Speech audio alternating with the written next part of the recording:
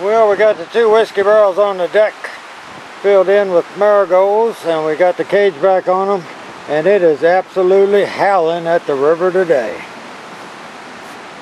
I'm sure when I turn around, I'm holding my back to the wind.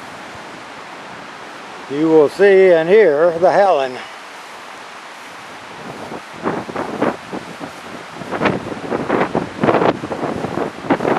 It's probably over 30 knots.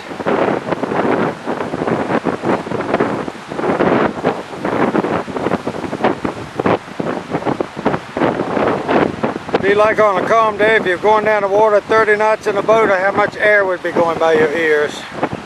But you can see the white caps. You can see it rolling into shore. Now you know why the stairs and the jetties lose boards. That goes on 24 hours a day, 7 days a week, 365 days a year. When the wind's blowing. The last hurricane we had, the water came all the way up to the right-hand post on that gazebo. Can you imagine this river had enough water in it to be all the way up to the front of touching that board on the front of that gazebo near the water? That's a lot of water. These marigolds were planted on the 13th of March, and we had 2 trays, so that was 72 marigolds. And now we got, I don't know, 14 or 15 left to put in the garden. That's not bad roots, but just growing in a little 6-pack. And when you put that in a nice re-soiled whiskey barrel, you know that's going to take off. I'm over here on the street side of the cottage. We're being sheltered by the wind. The reason it's so windy out front is because the wind is coming straight up the river. And this is on the other side, and the house is blocking the wind, but it's still blowing this stuff around. Well, I cleaned out all the stakes that were up from last year's flowers on these daisies.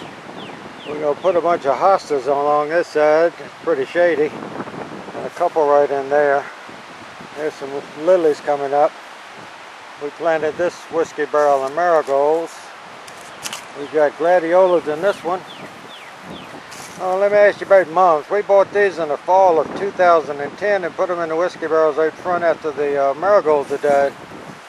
And they still look like they had life in them, so I knew they'd freeze in the whiskey barrel, so I took them out, came over here and put them in the garden. They sat there all winter, looked like they were dead. Then we saw this green shoots coming up. All last year it was green. It bloomed last fall. We left it right where it was. About a month or so ago, it was nothing but a bunch of dead branches in there, and this stuff started coming up again. You might think about burning them in the ground. Looks like we're going to get the 2010 fall, the 2011 fall, and the 2012 fall out of one $10 pot each, and you can see the flowers on it. It's already setting flowers. Another barrel full of marigolds. Trying to experiment here. We put, I don't know, 6 or 8 gladiolas in the front of these foxgloves and a few marigolds. My grandson planted this little spruce tree as a school project years ago, and it got pout down at his house, and he always forgot to bring it down here. We put it in the ground, I think 2 summers ago, and I hit it with a little acid fertilizer this year, and it has taken off. It is really green. That thing, I've got pictures of it. It was probably about 8 inches tall when we put it in the ground a couple years ago. One of these days it's going to be a pretty Christmas tree. Another barrel full of marigolds. And a barrel full of gladiolas.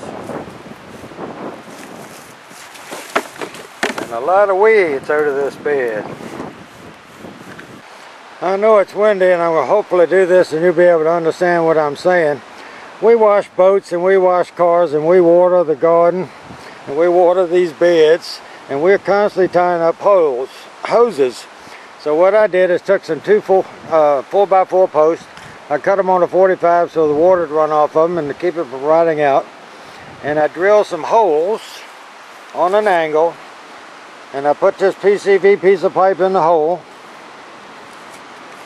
I put a cap on it to keep the water out. And you can take a 50-foot hose and roll it up in a couple, 3 passes. This is a little shorter than 50 foot, this hose. It's just easier to do. Most people around here don't think it's an eyesore, and most of them have started putting them up for their hoses. It's a lot better than just rolling it around one little place. Just another little tip of what we do.